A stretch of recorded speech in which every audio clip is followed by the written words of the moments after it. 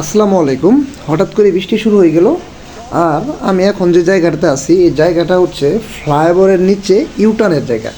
তো আমার সামনে যদি আমি কিছু জিনিস দেখাই, যে দেখেন এখানে একটা ভ্যান, তারপরে কিছু অটো, তারপর ওদিকে কিছু ব্যাটারি চালিত অটো, আবার ব্যাটারি চালিত রিক্সা, সব কয়টা গাড়ি এই ইউটার্নের জায়গাটাতে এসে দাঁড়াইছে। আর ইউটার্নের জায়গাটাতে এসে দাঁড়ানোর কারণ হচ্ছে হঠাৎ করেই বৃষ্টিতে যেন তারা না ভিজে, যার কারণে এখানে ওরা দাঁড়ায় আছে। কিন্তু একটা জিনিস যদি খেয়াল করেন, যে আসলে এটা কিন্তু ইউটার্নের জায়গা, এটা কিন্তু গাড়ি পার্কিং কিংবা গাড়ি দাঁড়া করানোর জায়গা না। এখানে বৃষ্টি হোক আর যাই হোক, আসলে আমরা যদি গাড়ি দাঁড় করাতে চাই যে আসলে বৃষ্টি থেকে বাঁচার জন্য, সেক্ষেত্রে ফ্লাইওভারের দুই সাইডেও কিন্তু যথেষ্ট পরিমাণ জায়গা আছে, যেখানে বাইক, আপনার অটো, তারপর অটো রিক্সা, ভ্যান সব কিছুই রাখা যায়। তো এখানে আর এই দুই সাইডে না রেখে এরা কিন্তু সম্পূর্ণই রাখতেছে এই ইউটার্নের জায়গাটাতে।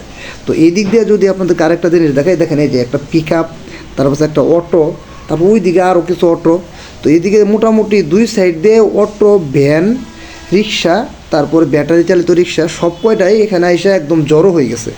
এখন এই বৃষ্টির মধ্যে যদি পিছন থেকে কোনো কাভার ভ্যান, কোনো ট্রাক, বাস এখান দিয়ে ইউটার্ন নিতে যায়, এখানে কোনোভাবেই সম্ভব নয়, এখানে একটা জ্যামের সৃষ্টি হয়েছে।